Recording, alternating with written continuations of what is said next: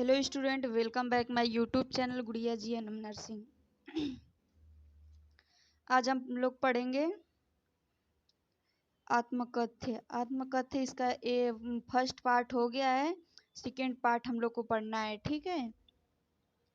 इस काव्य को लिखे हैं जयशंकर प्रसाद जी। आइए काव्य की ओर चलते हैं।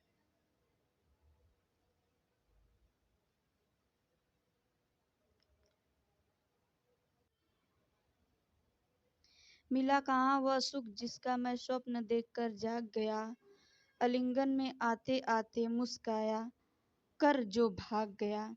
यहाँ पे कवि कह रहे हैं कि मुझे मिला कहाँ वो सुख जिसका मैं आशा करता था। यहाँ पे कवि कह रहे हैं कि वह सुख मुझको कहाँ मिला जिस सुख का मैं आशा करता था, जिसको मैं महसूस करके जाग पड़ता था। वह सुख मुझे मिला ही कहाँ। दूसरी लाइन में कवि कह रहे हैं कि सुख मेरे बाहों में आके मुझे तरसाकर भाग गया। सुख मेरे बाहों में आके मुझे तरसाकर भाग गया, मुस्कुराकर मुझे छोड़ गया।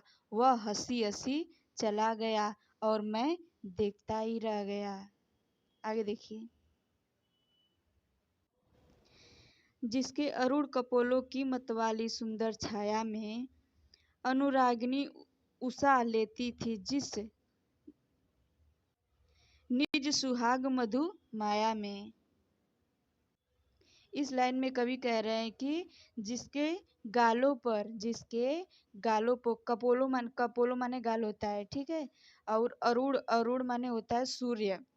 यहाँ पे कवि कह रहे हैं कि जिसके गालों पर प्यारी सूर्य की छाया लालिमा इतनी मस्त भरी थी कि लगता था कि मेरी अनुरागिनी यानी जिसकी मांग में अरुण की लाली भर गई है, यानी उसकी मांग पूरी तरह से भर गई है। यहाँ पे सिंदूर को, सूर्य के लाली को सिंदूर से तुलना किया गया है। ठीक है। जिसकी स्मृति पाथे बनी है थके पथिक की पंथा की, सीवन को उधेड़ कर देखोगे क्यों मेरी कंधा की। यहाँ पे कवि करें पाथे पाथे माने होता है भोजन से लिया गया है। ठीक है। ये पथिक है जो वह राहगीरी से, मतलब राहगीरी से रास्ता चलने वाले को कहा गया है। ठीक। यहाँ पे कवि कह रहा है कि उसकी स्मृति, उसकी यादें मेरी भोजन बन गई है। जैसे यादें आज मैं एक थके हुए यात्री के समान हूँ। यहाँ पे कवि कह रहा है कि यादें आज मैं एक थके हुए पाथिक के समान हूँ, यानी यात्री के समान हूँ। जो मेरे प्रिय के बीते हुए यादें हैं, मेरे जीवन में बहुत ही अनमोल हैं। उसकी यादें ही मेरे जीवन की यात्रा है। ठीक है। अगली लाइन में कवि कह रहे हैं कि कोई मेरे यादों को उधेड़ कर मत देखो, कोई मेरे यादों को उधेड़ कर मत देखो। जिसे यादें जग जाए, जिसे मेरे हृदय को ठेस पहुँचे, जिसे मेरे हृदय को दुख पहुँचे। छोटे से जीवन की कैसे बड़ी कथाएं आज कहूँ, क्या यह अच्छा नहीं कि औरों की सुनता मैं और मौन मौन रहूं। यहाँ पे कवि कह